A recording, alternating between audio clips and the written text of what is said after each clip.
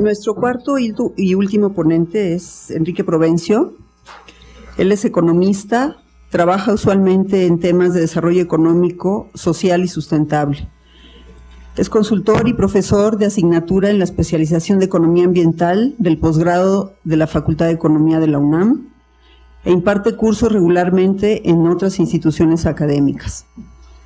Ha sido secretario de Desarrollo Social del Distrito Federal, subsecretario de Planeación de Semarnap, procurador ambiental y del ordenamiento territorial del Distrito Federal y presidente del Instituto Nacional de Ecología, entre otros cargos públicos. Es vicepresidente del Centro Interdisciplinario de Biodiversidad y Ambiente, miembro de la Fundación de Apoyo a Gobiernos Locales y de la Red de Investigadores de Gobiernos Locales Mexicanos. Es socio fundador y miembro de la Junta de Gobierno del Instituto de Estudios de la Transición Democrática. Ha publicado numerosos textos sobre desarrollo sustentable. Enrique.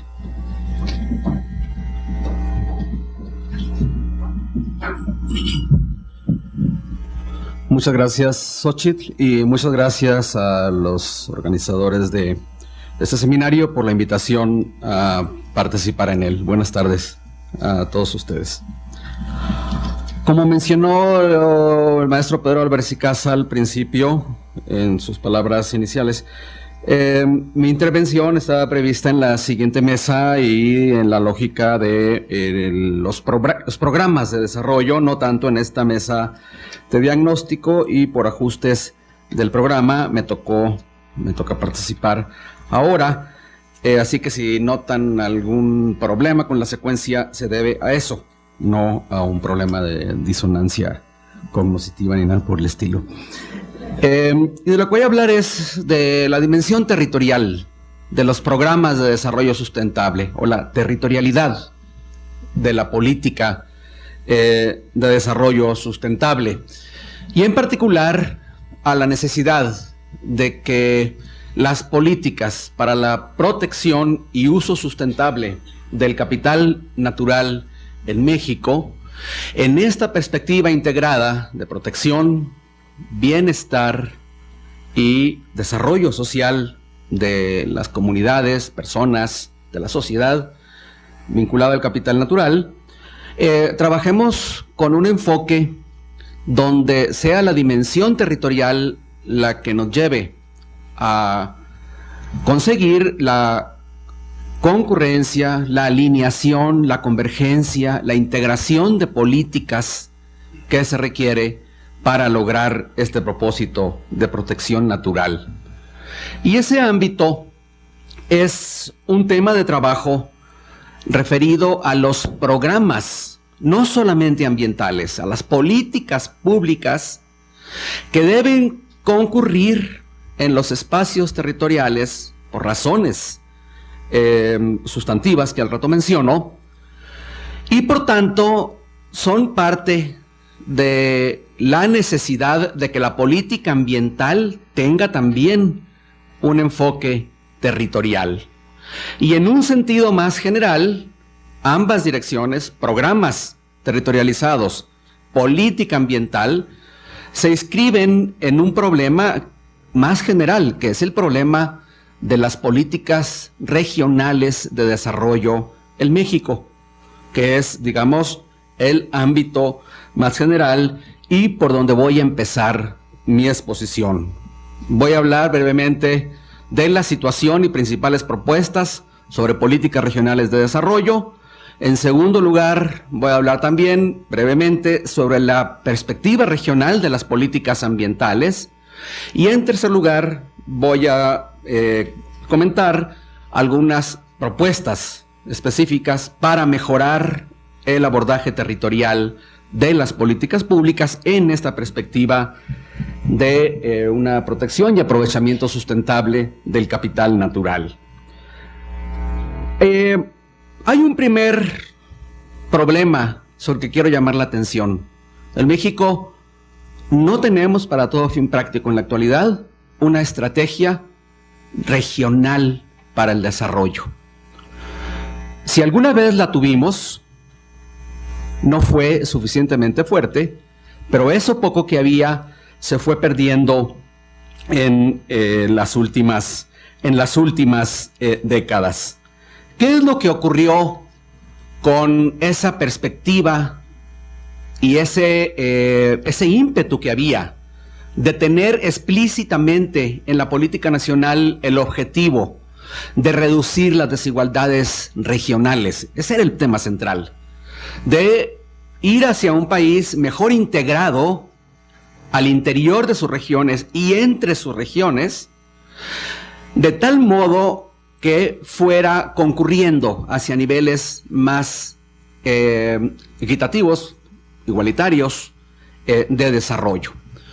Lo que ocurrió en las últimas décadas fue que en buena medida asumimos que el país se iba a ir igualando regionalmente como resultado natural de la estrategia de desarrollo, lo cual era una quimera. Eso en ningún lado se ha dado de manera automática, porque entre otras de las externalidades negativas que tiene la economía, está una que es que sin un propósito explícito de convergencia puede haber una mayor desigualdad regional. Y eso es de acuerdo incluso a la perspectiva de la OCDE, de muchas investigaciones, lo que nos ha venido pasando en las últimas 2 décadas por lo menos. Nos estamos haciendo un país más desigual regionalmente, aunque como ustedes saben, puede crecer la desigualdad aunque se reduzca la pobreza. Y de hecho, el desarrollo humano ha venido mejorando en términos de índice de desarrollo humano para todas las regiones, pero como el propio PNUD lo ha diagnosticado y dicho, el largo proceso de convergencia regional que México traía entre los años 50 y principios de los años 80 se empezó a revertir. Y, aunque suene paradójico, es real. Ha aumentado el índice de desarrollo humano, pero también ha aumentado la desigualdad regional. En esa perspectiva, ¿cuál es el problema central? El problema central reside en que sin una estrategia explícita para una política regional de desarrollo, va a ser muy difícil contar con políticas de sustentabilidad claramente territorializadas. Y por tanto, cobra mucha importancia el debate que se está dando en años recientes sobre la necesidad de que en México articulemos e institucionalicemos una política regional de desarrollo. Para ello hay muchas fortalezas que deberíamos aprovechar y voy a mencionar solamente 5. Primero, que es que sí se ha tomado conciencia, hay una percepción cada vez creciente y más generalizada sobre la necesidad de tener políticas de base regional, que repito, las hemos ido abandonando. Y esa percepción, esa aceptación, creo, es muy importante porque ya se ha expresado como manifestación política acerca de esa necesidad. Segundo factor, que es un buen punto de partida para ir en esa dirección, hay un creciente empoderamiento de los estados y municipios en este país. Ese empoderamiento ha sido leído como un factor negativo por muchos. Es lo que ahora llaman la refeudalización o el feudalismo. En la idea, no exenta, por cierto, de una reacción muy centralista, de que ese empoderamiento de los estados, que de acuerdo a algunas interpretaciones se generó por los vacíos de poder federal, es negativo y ha propiciado muchos desmanes y problemas de transparencia. Todo esto es cierto, pero lo que hay que hacer es aprovechar ese empoderamiento estatal en una lógica de un desarrollo regional más convergente. Tercer factor, hay también cada vez más recursos presupuestales que se están gastando con una perspectiva local, gracias a las transferencias federales a estados y municipios, y que cada vez hacen menos cierta la idea de que los estados y municipios carecen de recursos. Cuarto factor, ahora en México tenemos más y mejores instrumentos con énfasis territorial, no nada más en medio ambiente, en desarrollo, en el desarrollo en general. Y entre muchos de esos instrumentos de base territorial hay varios ambientales. El Programa General de Ordenamiento Ecológico del Territorio, que Andrés acaba de mencionar, por cierto, el primer programa de ordenamiento ecológico territorial decretado en este país, es de claro énfasis territorial y cada vez hay más. No voy a dar los detalles, aquí se han explicado muchos instrumentos y programas ambientales que tienen una gran cobertura en el territorio. Y por último, quinto factor, que creo que es una ventaja que hay que aprovechar en esa dirección, hay mejores herramientas, más sistemas de conocimiento e información, aunque no necesariamente más inteligencia regional, que nos permiten saber mejor la situación regional.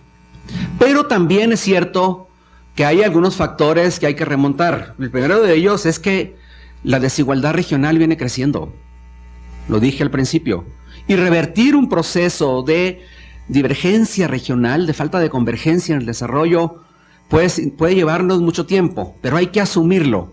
Hay que hacer explícito que queremos una mayor aceleración en el crecimiento de ciertos estados de la República, porque como la OCDE lo ha documentado muy bien, el problema de la desigualdad en México no es solo un problema de desigualdad social o desigualdad económica, es también un problema de desigualdad regional. Y de hecho, nuestros índices de desigualdad regional son no nada más los peores de la OCDE, sino de los más feos en términos de comparación con países equivalentes.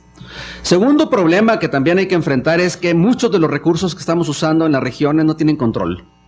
No están ni planeados ni ejercidos con una estrategia convergente, con fines comunes a diferentes escalas en las regiones. Tercero, que si bien hay muchos instrumentos pensados con énfasis territorial, están desarticulados, están desintegrados, no hacen sinergias entre sí y por tanto se provocan muchos problemas de coordinación, duplicidad, ineficiencia en el uso potencial de los recursos. Y cuarto, el país en los últimos años ha entrado en muchas de sus regiones en un franco proceso de desintegración social, de pérdida de las capacidades de cooperación regional, pérdida de capital social, como lo diagnosticó la doctora Leticia Merino.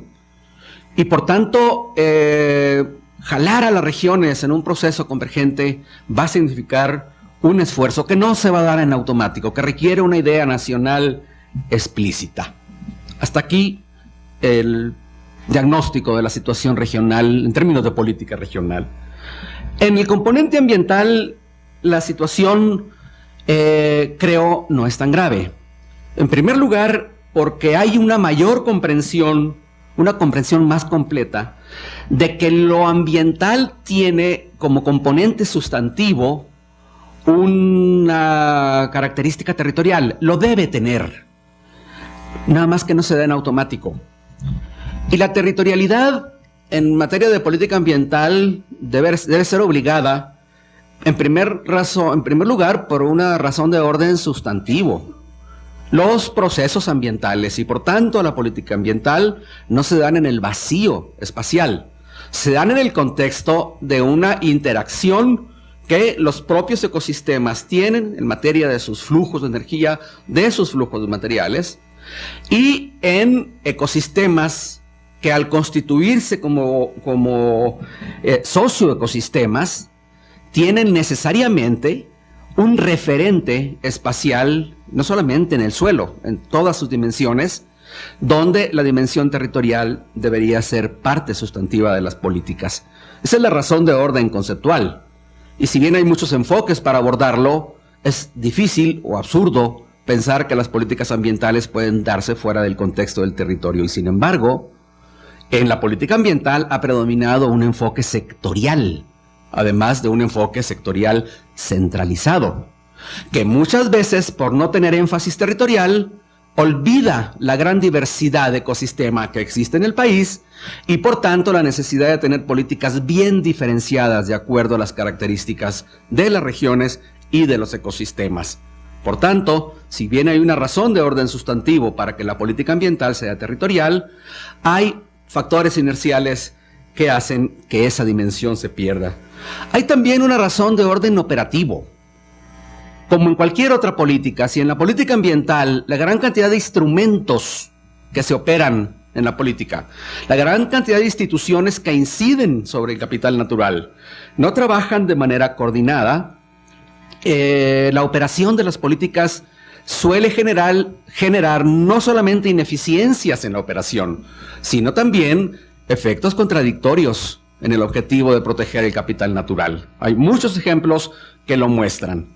Políticas agrícolas que militan contra políticas ambientales, políticas de explotación pesquera que son inconsistentes con la protección de la biodiversidad marina, problemas de integración de políticas, el peor de todos, la política costera y marina, que adolece del principal problema de coordinación que tenemos en las políticas públicas ambientales y territoriales. Y tercero, además de las razones de orden sustantivo, de las razones de orden operativo, en tercer lugar hay una razón de orden social que debe hacer pensar las políticas ambientales desde la perspectiva de los intereses y derechos de propiedad de los dueños y poseedores de los recursos naturales. Y segundo lugar, desde la perspectiva inobjetable de que los gobiernos locales tienen atribuciones y funciones que deben ser concurrentes con las políticas ambientales de orden general.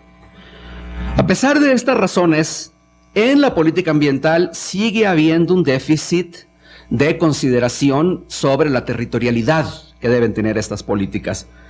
Y esto se muestra en primer lugar en el orden de competencias que todavía existe en la política ambiental nacional. Seguimos arrastrando una política ambiental muy centralista y centralizada, diseñada hace ya varias décadas en una perspectiva de comando y control, donde ante la ausencia de una distribución de competencias fijada en la ley y sobre todo ante la ausencia de un desarrollo de capacidades estatales y municipales, la Federación tuvo que asumir la construcción de la arquitectura institucional y de la plataforma de programas en México. Y esa inercia la seguimos arrastrando. El país ya cambió. El país ha generado un dinamismo regional y aunque existen muchos problemas de desarrollo institucional en los estados, hay capacidades indiscutibles que no están alineadas con la distribución de competencias. Por tanto, para llegar a políticas aterrizadas en el territorio concreto para el manejo del capital natural, necesitamos también repensar el esquema de distribución de competencias de la política ambiental. Pero también en esto hay un factor positivo.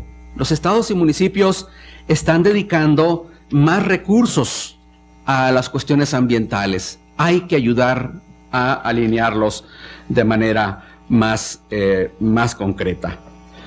¿Qué ha pasado con lo que yo digo que es el principal activo que tenemos con las experiencias de programas ambientales con una buena orientación territorial? Han pasado varias cosas. Lo más importante de todo es que sí hay experiencias, que hemos tenido ejemplos exitosos de programas con un enfoque territorial y que hay muchos proyectos que están trabajando en esa dirección, pero no se han convertido en una política de alcance nacional. En primer lugar, esos proyectos exitosos que sí tienen un enfoque territorial, primero han contado, o sea, no han inventado las cosas, han puesto los instrumentos sobre la misma mesa. Por tanto, han aprovechado que hay un programa de áreas protegidas, que hay un programa de aprovechamiento, que hay un programa forestal, y han tratado de, a partir de eso, de lo que ya existe, tratar de hacerlo funcionar. ya mencionado programa de corredores biológicos mesoamericanos, o de que ahora la CONABIO tiene como coordinación de corredores, por ejemplo, muchas experiencias regionales, Guerrero sin Hambre en el caso del estado de Guerrero de hace unos años, o algunos que se están realizando en el estado de Jalisco, en la cuenca del río Yuquila, otros más que se vienen realizando en la península de Yucatán, Campeche y Quintana Roo en particular. O sea, han hecho eso. En segundo lugar, han tenido núcleos técnicos. El país está en todas sus regiones contando con la presencia de grupos técnicos muy capacitados que saben hacer estas cosas y que muchas veces no tienen cómo desplegar sus potencialidades porque no hay espacios institucionales que les permitan trabajar, pero sí hay capacidades técnicas. Y esos núcleos técnicos están a veces en las instituciones públicas, a veces están en las universidades. O sea, en tercer lugar, han hecho lo que dice el desarrollo sustentable: articular uso sustentable con conservación y protección para generar programas articulados en la dirección de conservar aprovechando y aprovechar los recursos protegiéndolos. Y entonces ese tipo de enfoques parten de una idea con mucho énfasis territorial para hacer factible el propósito. Cuarto, los casos exitosos han trabajado todos en redes de conocimiento, están vinculados con investigadores, están vinculados con evaluadores, es decir, no son solamente proyectos asociados a un grupo técnico operativo.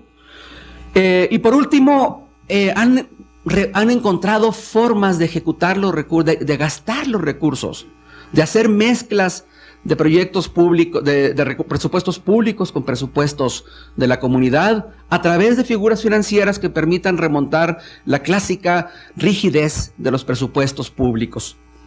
Y todo esto, además, hecho de una manera continua, es decir, enfrentando ese problema que tienen las autoridades municipales de que cortan los programas porque cambian las autoridades, es un problema más de orden constitucional, y también arraigando el programa con las necesidades locales, con los grupos de productores, con los grupos y agencias técnicas para generar procesos de conocimiento flexible y procesos de apropiación del conocimiento por parte de las comunidades. Todos esos rasgos son características esenciales de un programa local con énfasis territorial. ¿Y cuál es el objetivo central? Que los instrumentos de los que disponen las políticas públicas federales, estatales y locales tengan convergencia para trabajar de manera sinérgica con un objetivo bien definido de aprovechamiento sustentable, control o por lo menos orientación de los cambios de uso de suelo y por tanto atiendan este 27% que nos dice la doctora Kolev que hay que enfatizar como áreas prioritarias para programas de conservación que no sean áreas naturales protegidas, sino que permitan el uso sustentable de los recursos. Por tanto, ya sabemos dónde. El extraordinario esfuerzo de CONABIO para decir dónde está el capital natural que aún está por conservarse o que se puede conservar o hay que restaurar y que no está en áreas naturales protegidas, nos pone el escenario sobre el terreno. ¿Cómo hay que hacerlo? Primero, una estrategia, y esa estrategia debe contar con un objetivo bien claro de conservación y aprovechamiento sustentable fuera de áreas naturales protegidas, aunque dentro también hay que hacerlo, porque como quedó claro en la gráfica de Patricia, pues es un volado, ¿no? Más o menos la mitad funciona y la otra mitad no, de las áreas protegidas, quiero decir. Y por tanto también ahí hay que trabajar en esta perspectiva.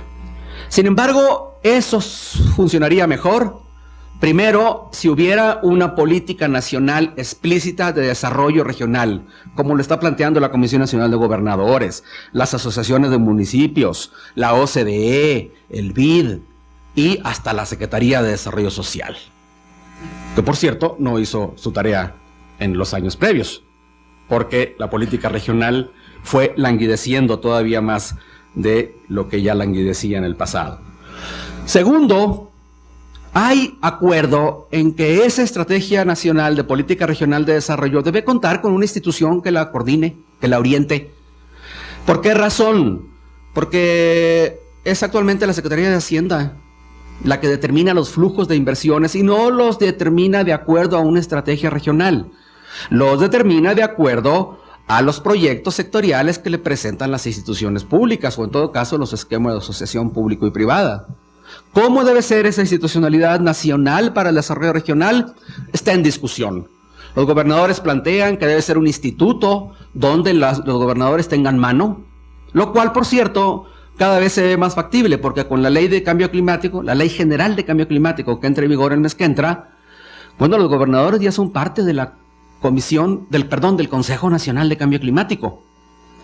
Y sobre todo, no es posible ver una política de desarrollo regional en México en la actualidad con un organismo centralizado que diga todo lo que hay que hacer en las regiones. Eso ya pasó a la historia.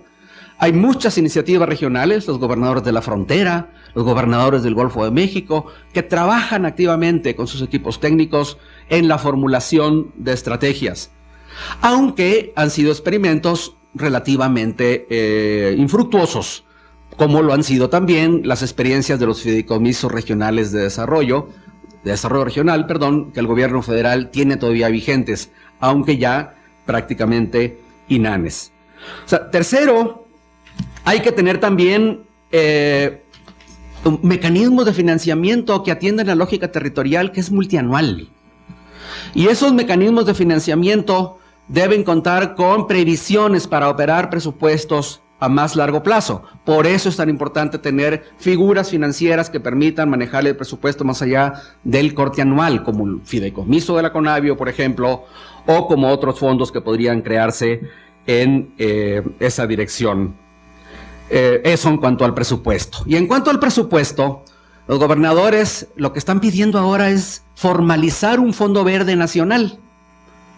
¿Para qué? Para que ya no se vaya negociando año con año el presupuesto que la federación le transfiere a los estados para fines ambientales. Ahí hay un problema, que es que los gobernadores lo que están eludiendo es la necesidad de aumentar los recursos propios.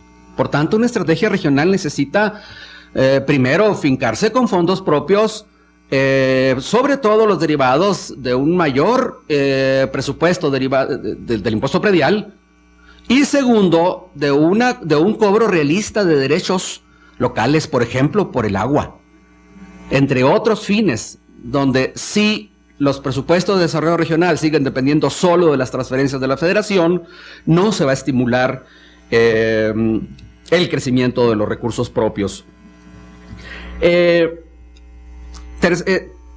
Hablé de estrategias, del organismo, del financiamiento, y ahora voy a hablar del procedimiento. Y ahí es donde está el principal problema. La principal reforma para políticas realmente territoriales tiene que ver con invertir el procedimiento. Lo que hasta ahora hemos hecho y hacemos es pensar sectorialmente las políticas y luego ver dónde aterrizan.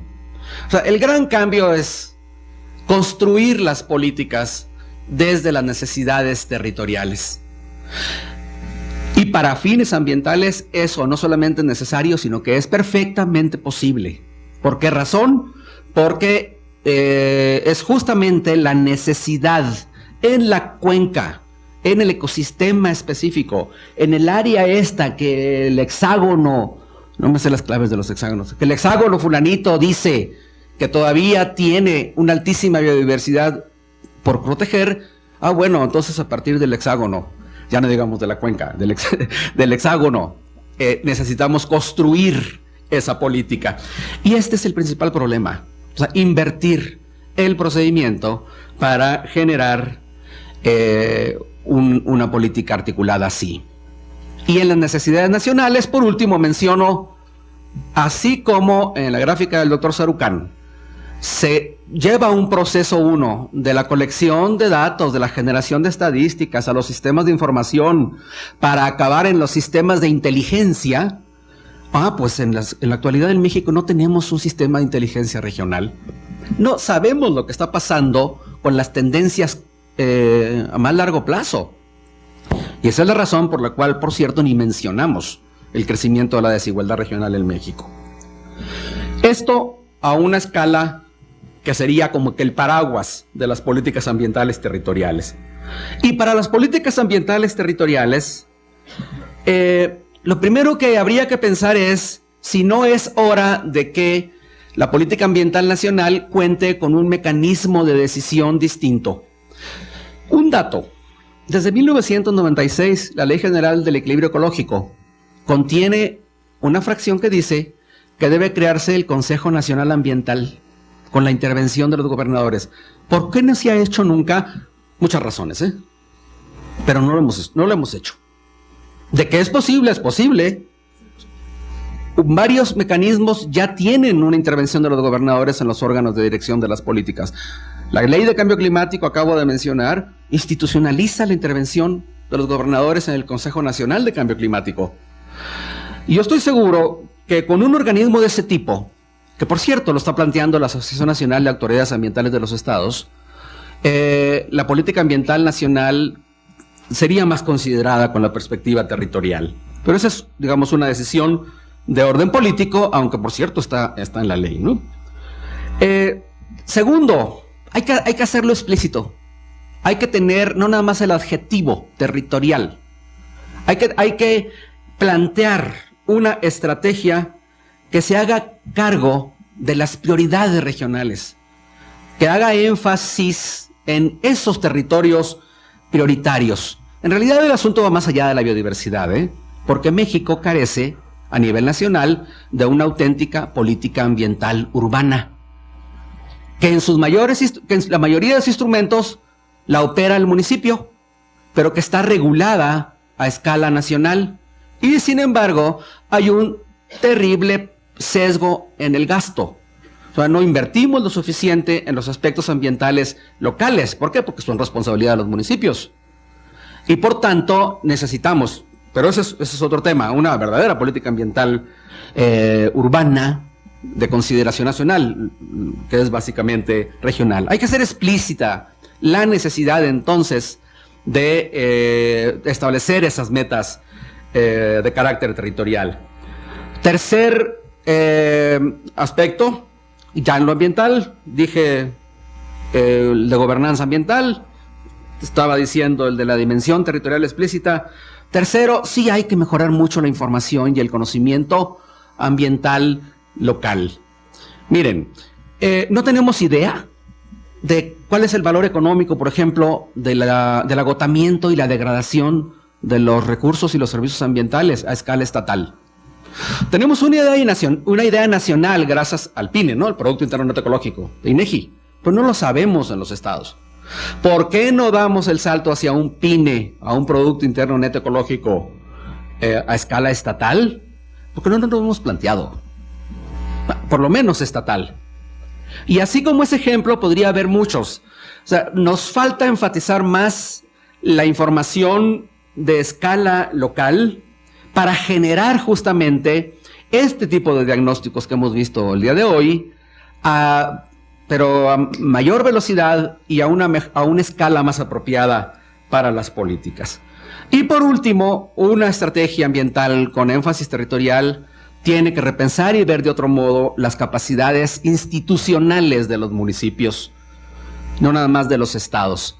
Asunto del cual medio nos hemos lavado las manos desde la perspectiva de la política ambiental federal. Hay muy poco gasto, muy poca consideración sobre las capacidades institucionales locales. La experiencia del Programa de Desarrollo Institucional Ambiental, PDIA, ha sido muy positiva. Hay que potenciarla para volverla un programa de escala local. Y todas estas propuestas que pongo sobre la mesa, creo que se pueden concretar y se pueden concretar muy pronto. Exigen esfuerzos, exigen a veces cambiar la lógica de las decisiones, pero son claramente factibles. Muchas gracias.